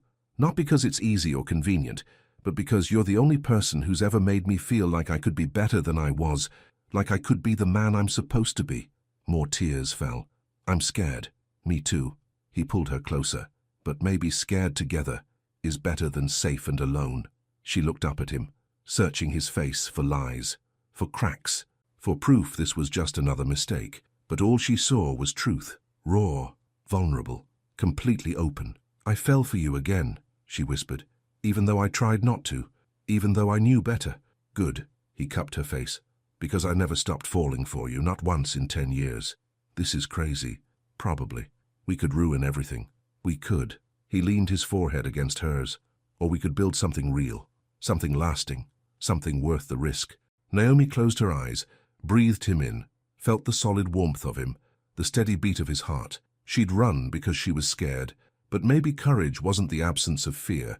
Maybe it was loving someone despite the fear. Maybe it was choosing hope over self-protection. "Okay," she breathed. "Okay?" She opened her eyes, met his gaze. "Okay, I'm choosing you too." The smile that broke across his face was like sunrise. He kissed her, soft and sweet, and full of promise. And Naomi let herself fall into it, let herself believe. When they pulled apart, Oliver's voice came from the doorway. "Does this mean you're coming home?" Naomi laughed through her tears. "Yeah, baby, I'm coming home." Oliver ran to them. They caught him together, held him between them. A family.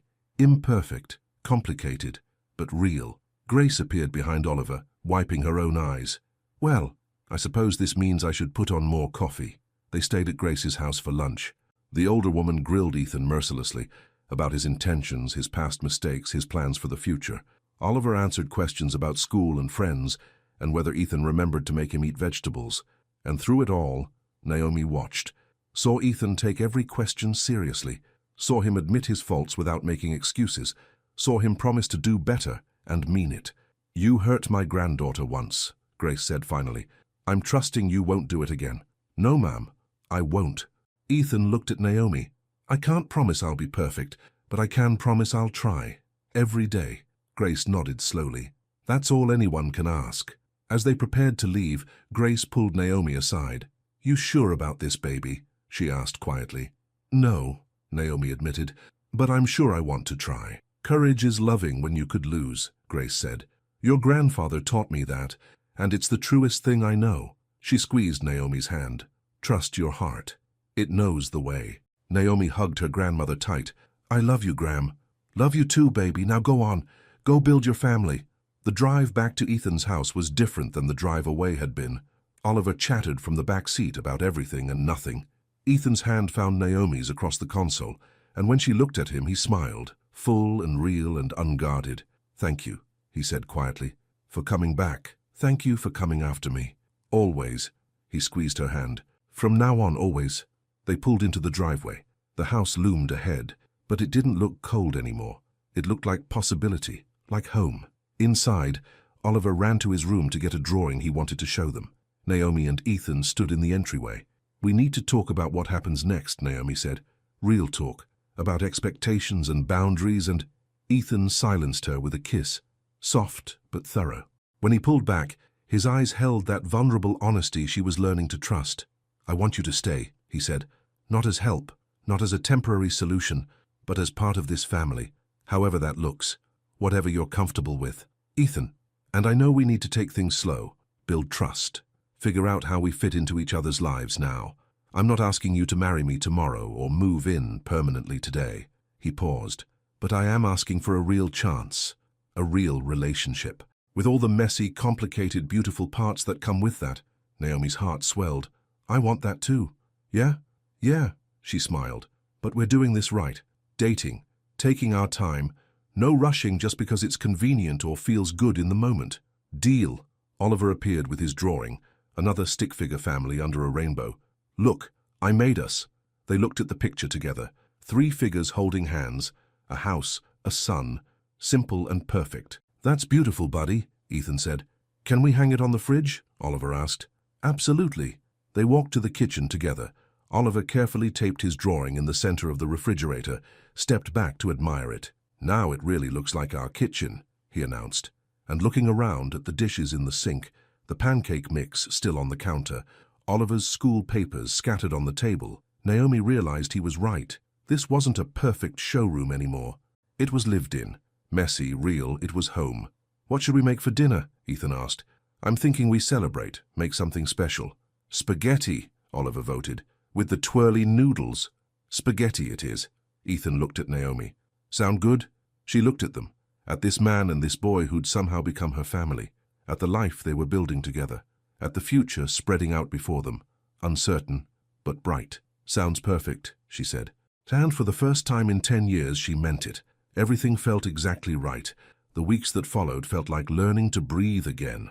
Naomi went back to her apartment, packed up her things properly, gave notice at the diner. It was time for something new, something that didn't leave her feet aching and smelling like grease. Ethan helped her move. So did Oliver. The little boy insisted on carrying boxes that were too big for him, his face scrunched with determination. I'm strong, he announced. Like Daddy. You sure are, Naomi agreed, hiding a smile. They found her a small place closer to Ethan's house. Nothing fancy, just a cozy 1-bedroom with good light and space for her things. Her own space, important space, because they were doing this right. Dating, taking time, building something real instead of just falling into convenience. Ethan took her to dinner, real dates where he picked her up and opened doors and asked about her dreams. They talked for hours, about everything, about nothing, learning each other all over again. He told her about Sarah, about the grief he'd carried, about feeling like he'd failed as a husband and feared failing as a father. She told him about the years after she'd left, about feeling lost, about rebuilding herself piece by piece, about the fear that she'd never be enough for anyone. You're more than enough, Ethan said, his hand covering hers across the table. You always were. I was just too stupid to see it. They took Oliver to the park, to movies, to the aquarium where he pressed his face against the glass and watched sharks glide past with wide-eyed wonder. And slowly, carefully, They built something new on the foundation of what they'd once had. Grace came for dinner one Sunday. She watched them together with knowing eyes, watched Ethan help Naomi cook, watched Oliver bounce between them, watched the easy way they moved around each other. "You've grown up," she told Ethan when Naomi and Oliver were out of earshot. "That boy who broke my granddaughter's heart, he's gone, isn't he?" "Yes, Ma'am," Ethan said quietly. "I hope so." "Good." Grace's expression softened. "Because that woman in there, she's been through enough. She deserves someone who sees her worth." "I do, I promise you I do." Grace nodded. "Then I suppose I can stop planning ways to make you suffer." Despite himself, Ethan smiled. "You were planning ways to make me suffer?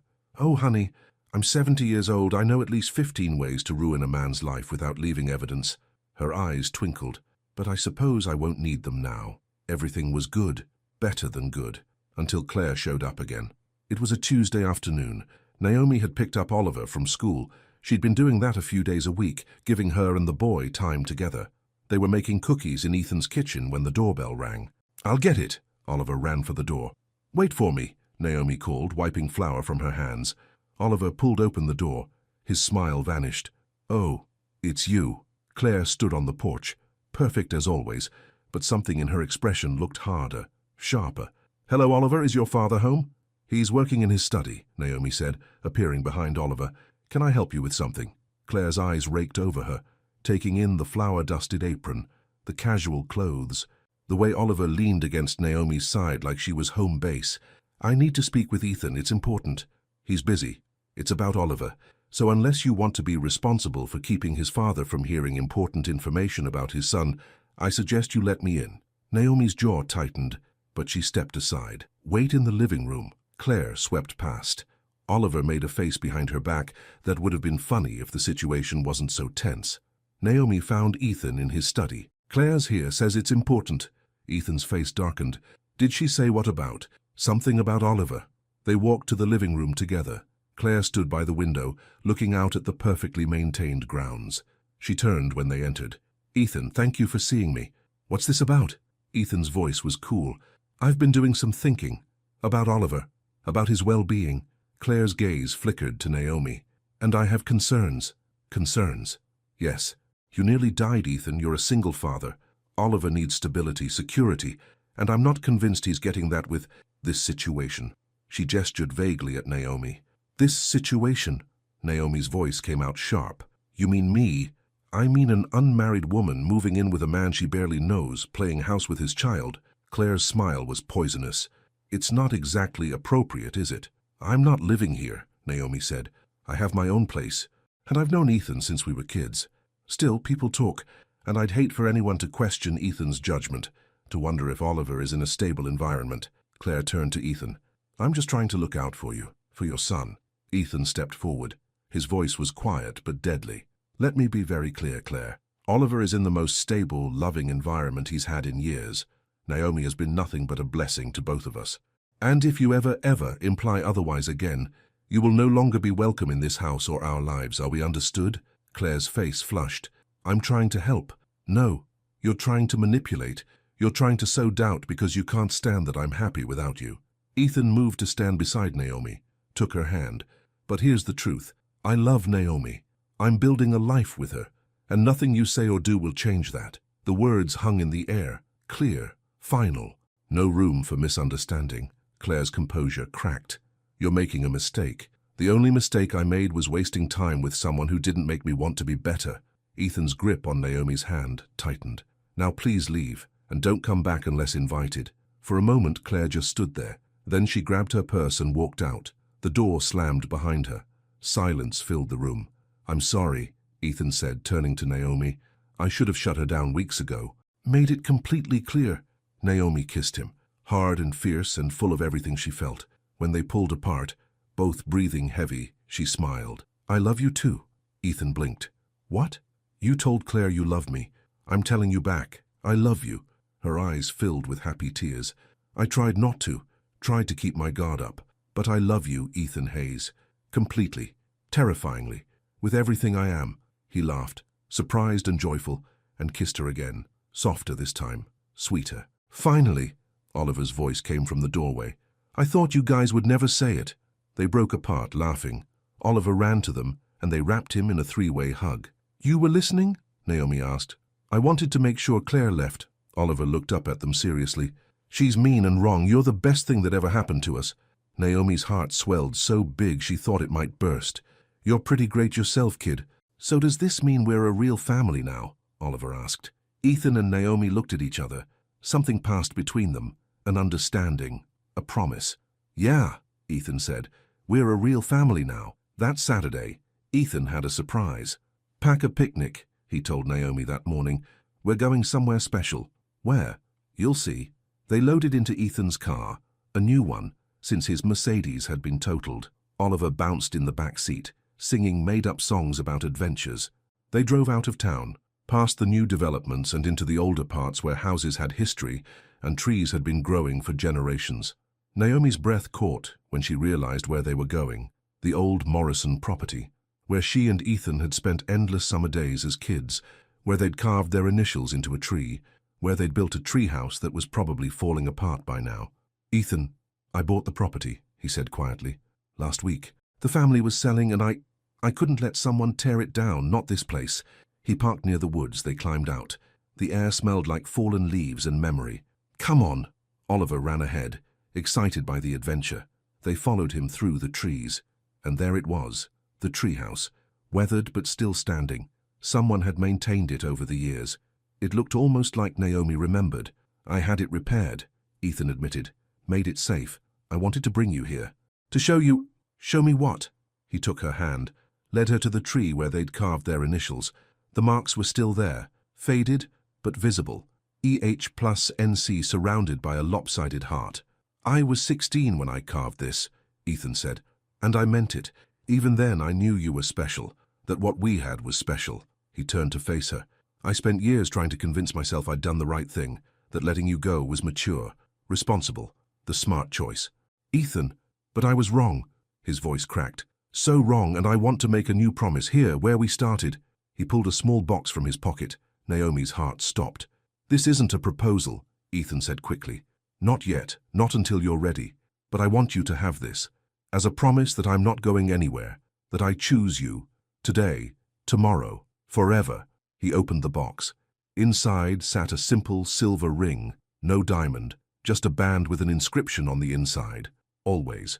Tears spilled down Naomi's cheeks. "Ethan, I know we said we'd take things slow, and we will, but I needed you to know. You're it for me, Naomi. You always were. You always will be." He slipped the ring onto her right hand. "When you're ready for more, for marriage, for forever, just move it to your left hand, and I'll know." She threw her arms around him, held him tight. "I love you," she whispered. "I love you so much." "I love you too." He kissed her forehead, her cheeks, her lips. "So much it scares me, but the good kind of scared, the kind that makes me want to be braver." "Daddy! Naomi! Come see the treehouse!" Oliver called from above. They climbed up together, the three of them squeezed into the small space. Oliver explored every corner, declaring it the coolest place ever, and Naomi sat beside Ethan, their fingers intertwined, and felt something settle deep in her soul. Peace, belonging, home. This was where she was meant to be. Thanksgiving came with golden light and the smell of turkey. They hosted at Ethan's house. Grace came, of course, and Ethan's parents, who'd finally made it back from overseas. They were stiff at first, clearly uncertain about Naomi. But Oliver's enthusiasm broke through their reserve. "This is Naomi," he announced proudly. "She's Daddy's girlfriend, and she makes the best pancakes, and she reads funny voices when we do stories, and she loves us." Ethan's mother, an elegant woman with sharp eyes, studied Naomi carefully. "You're the girl from his childhood." "Yes, ma'am. He talked about you, after you left, drove himself half mad with regret." She paused. "I'm glad you came back." The acceptance in those words was a gift Naomi hadn't expected. Dinner was loud and warm and full of laughter. Oliver told stories. Grace shared embarrassing tales about Naomi as a child. Ethan's father even smiled a few times. After everyone left, after Oliver was in bed, Naomi and Ethan cleaned up together. "That went well," she said. "Better than I hoped." Ethan scraped a plate. "My mother likes you. That's huge." Your father seemed less convinced. "He'll come around, especially when he sees how happy we are." Ethan set down the plate, turned to face her. "Naomi, I need to ask you something." Her heart kicked. "Okay. I know we said we'd take time, And we have. It's been 2 months. And every day I'm more certain. He took her hands. Move in with us officially, not as help, not as a temporary thing, but as part of this family. Ethan, I know it's fast, and if you want more time, I understand, but this house, it's not home without you. Oliver asks every night when you're coming back, and his voice softened, I sleep better knowing you're close. Wake up happier knowing I'll see you. Everything is better with you in it. Naomi thought about her small apartment, about the life she'd built alone, about how she'd sworn she'd never need anyone again. But this wasn't need, this was choice, this was want, this was love. Yes, she said. Yes, yes, I'll move in. She smiled through happy tears. But we're getting rid of that horrible couch in the sitting room. It's the most uncomfortable thing I've ever sat on. Ethan laughed and pulled her close. Deal, we'll redecorate the whole house if you want. Make it ours. Ours, Naomi repeated, testing the word, liking how it felt. Yeah, I like that. He kissed her, sweet and slow and full of promise, and Naomi let herself fall into it, let herself believe in forever. Moving day was chaos.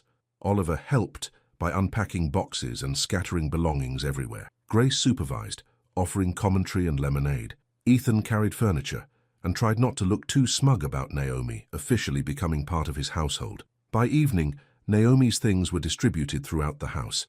Her books on the shelves, her photos on the walls, her coffee mug in the kitchen cabinet next to Ethan's.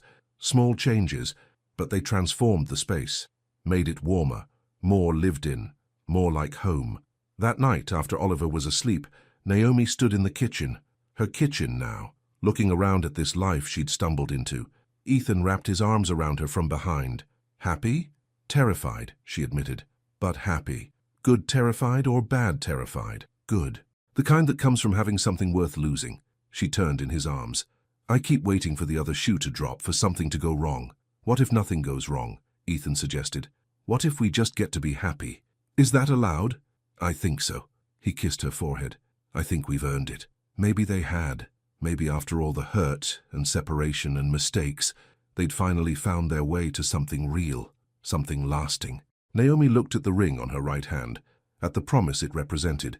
Not yet, but soon. Soon she'd be ready for forever. Christmas came wrapped in snow and magic. They decorated the house together. Oliver insisted on putting ornaments on every available surface. The tree leaned slightly to the left, lights tangled everywhere, and it was perfect. Ethan took Naomi shopping for Oliver's presents. They walked through stores hand in hand, debating between action figures and books and art supplies. He needs more books, Naomi said. Books last.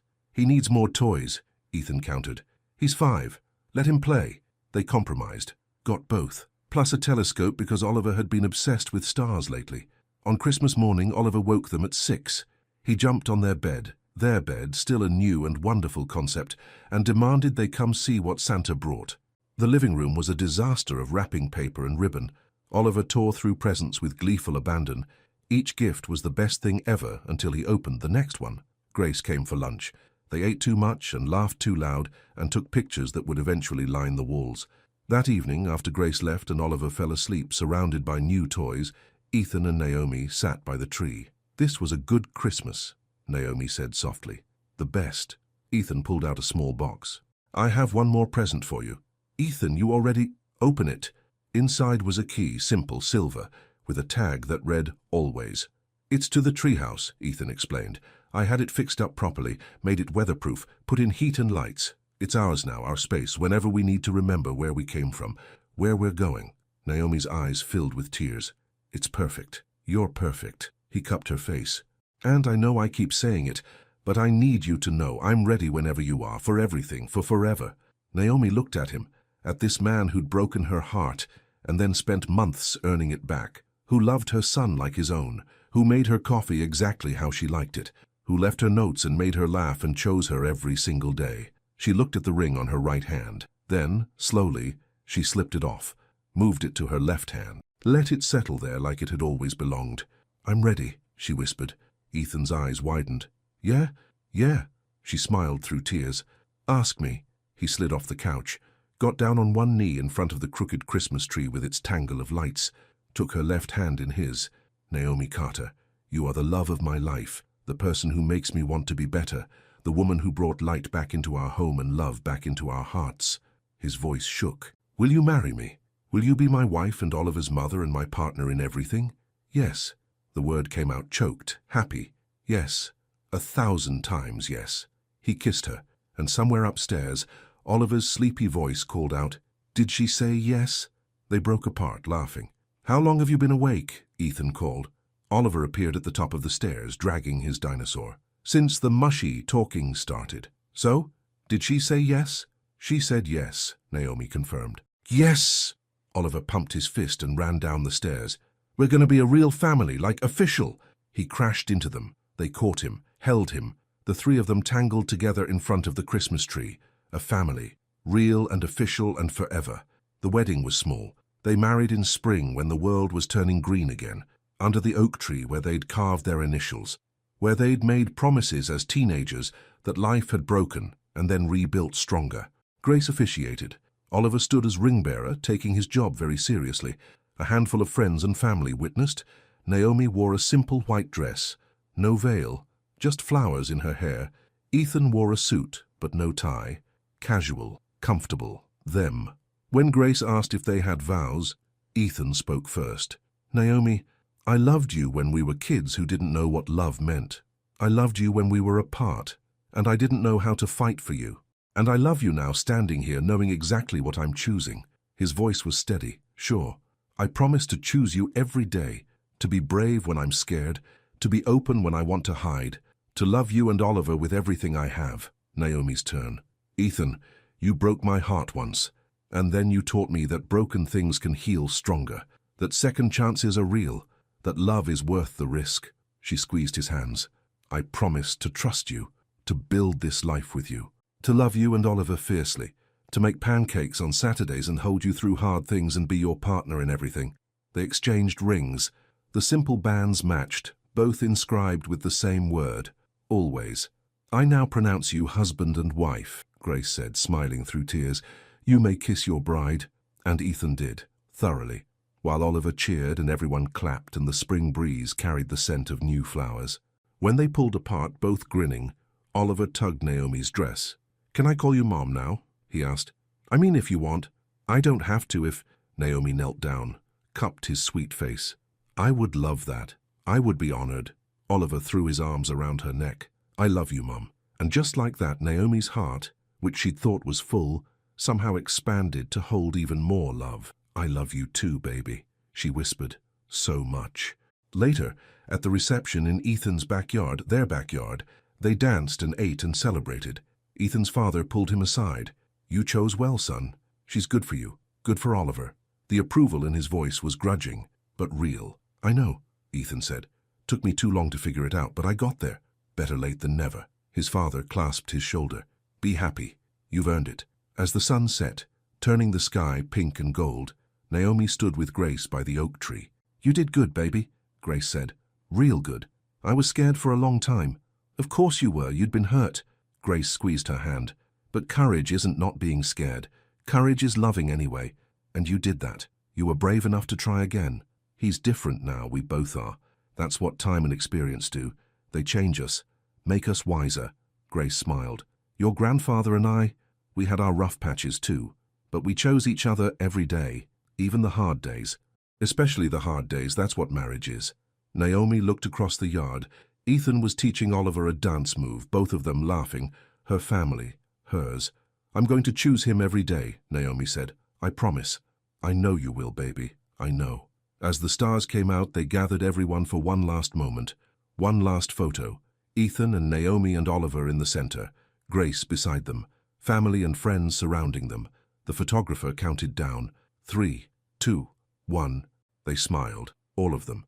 Real smiles that came from joy, from love, from knowing they'd found something rare and precious. Later, when everyone had gone home and Oliver was tucked in bed, Ethan and Naomi stood on their back patio. Happy?